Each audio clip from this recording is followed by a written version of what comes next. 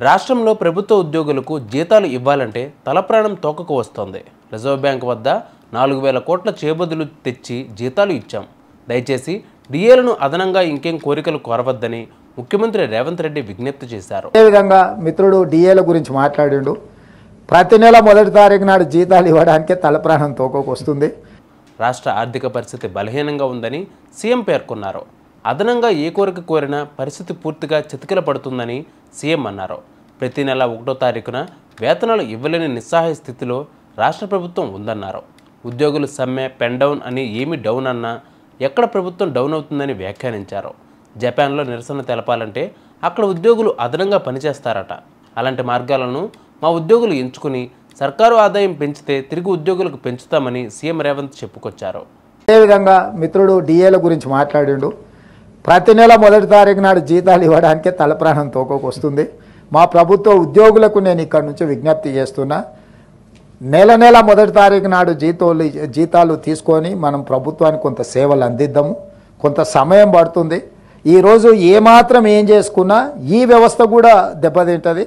మన మొదటి తారీఖు నాడు జీతాలు ఇవ్వడానికి రిజర్వ్ బ్యాంకు దగ్గర అప్పుడప్పుడు చేబదులు అంటారు కదా అధ్యక్ష, ఊర్లలో అంటాం కదా, బ్యాంకు లోను షూరిటీస్ కాకుండా చేబదులు మళ్ళీ ఇస్తాం. 4000 కోట్ల రూపాయలు చేబదులు చేసి ఫస్ట్ నాడు జీతాలు ఇచ్చిన అధ్యక్ష.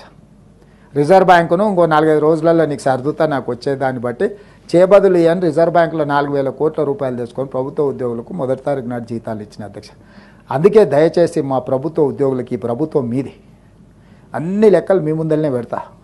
ఏది ఎట్లా పంచుదామో చెప్పండి, ఏది ఆపుదాం ఏది పంచుదాం. మీ లెజిటిమేట్ రైటు డిఏలు కావచ్చు, కరువు భత్యం కావచ్చు, ఇవన్నీ మీ లెజిటిమేట్ రైటే. కానీ నిజమైన జీతభత్యాలు మొదటి తారీఖు నాడు ఇవ్వడానికే నిస్సహాయ పరిస్థితి ఉంది.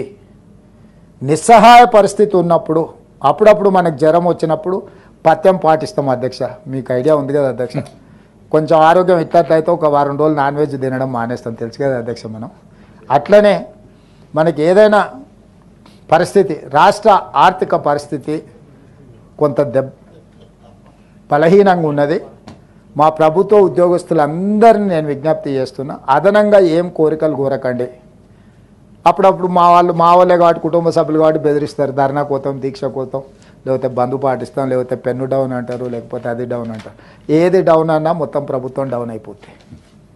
వాస్తవంగా అమ్ముదామన్నా మా దగ్గర ఏం లేదు, మా దగ్గర మా సొంతంది ఏదైనా ఉంది అమ్మి పెట్టినా సరిపోదు. మనందరం జపాన్లో ఒక పద్ధతి ఉంది, నిరసన తెలపాలనుకుంటే ఒక 2 గంటలు ఎక్కువ పని చేస్తారంట అక్కడ ఉత్పత్తి.